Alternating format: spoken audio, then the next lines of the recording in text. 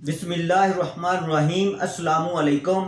मैं एडवोकेट मोहम्मद हमजा शहीन अपने YouTube channel legal strategy में खुश आमदीद कहता हूँ। इस चैनल के थ्रू हम तमाम लीगल लॉक मैटर्स को अनलॉक करते हैं।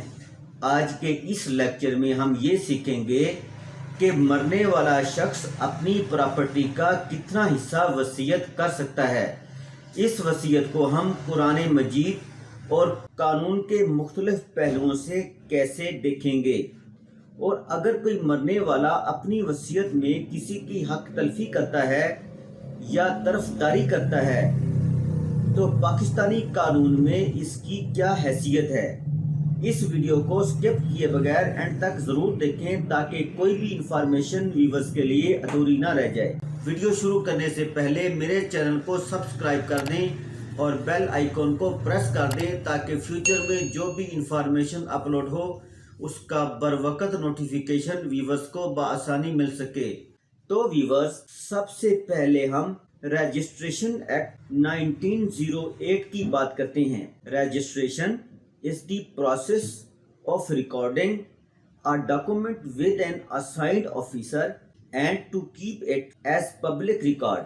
The purpose of that act is consolidate the law relating to registration and it provide for the method of its registration। मतलब जब कोई मरने वाला अपनी प्रॉपर्टी की वसीयत करता है किसी दूसरे के नाम, तो इस वसीयत को रजिस्ट्रेशन एक्ट 1908 के मुताबिक रजिस्ट्रार के पास दर्ज करवाना बहुत ही जरूरी होता है।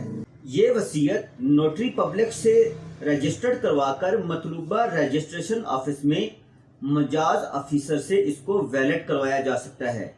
अगर किसी वसीयत को रजिस्टर्ड ना किया गया हो तो इसकी कानून में बिल्कुल कोई हैसियत नहीं।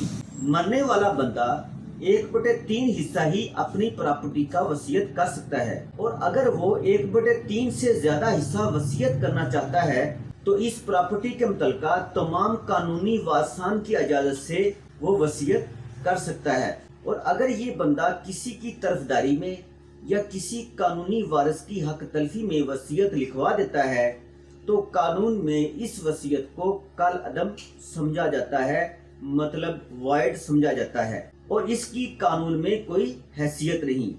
और अगर कोई बंदा या मुतवफ़ी खुद जो उसने किसी की हक तलफी या तरफदारी में वसीयत की थी कानूनी वारसान के दरमियान सुलह करवा देता है तो इस्लाम में ये बहुत ही ज्यादा अहसन अमल है।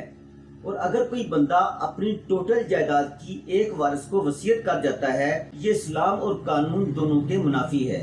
और अगर कोई बंदा अपनी जिंदगी में अपनी प्रॉपर्टी को किसी को गिफ्ट कर देता है या हिबा इंतकाल करवा देता है तो फिर इस वसीयत की कानून में कोई हैसियत नहीं होती। इसके मुतल्लिक कुछ जजमेंट्स भी कानून में मौजूद हैं। Number 1, CLC page 664 2017। Number 2, CLC page 666 2017। Number 3, CLC page 1323 2001। इन सब जजमेंट्स में वसीयत करने वाला अपनी प्रॉपर्टी का सिर्फ 1/3 हिस्सा ही वसीयत कर सकता है। ज्यादा करेगा तो कानून इसे वाइड यानी कल अदम तस्वर करेगा। तो व्यूअर्स, अब हम कुरान मजीद फुरकान हमीद की रोशनी में वसीयत को देखते हैं। सूरह बकरा आयत नंबर 180।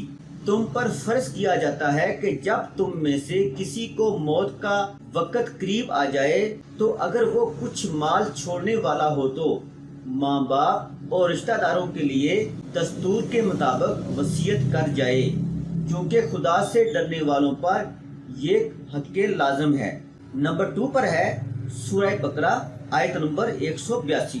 अगर किसी को वसीयत करने वाले की तरफ से किसी वारिस की तरफदारी या हक तलफी का अंदेशा हो तो अगर वो वसीयत को बदल कर वारसान में सुलह करवा दे और इस पर कुछ गुनाह ना होगा, बेशक खुदा देखने वाला और सुनने वाला है। व्यूअर्स, कुरान पाक में अल्लाह ताला ने सूरह बकरा की आयत नंबर 180-182 में वसीयत के बारे में वाज़ेह बयान किया है کہ وصیت کرنے والا زیادہ سے زیادہ 1/3 حصہ ہی وصیت کر سکتا ہے، اور اگر غلطی سے کسی کی طرفداری میں یا کسی کی حق تلفی میں اس نے وصیت کر دی تو وہ وارثان کے درمیان سلو کروا دے گا، تو اس پر کوئی گناہ نہ ہوگا۔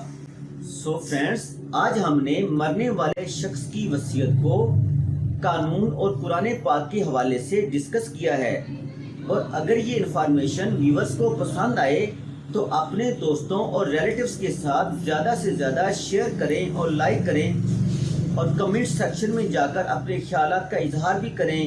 Thanks for watching. اللہ حافظ۔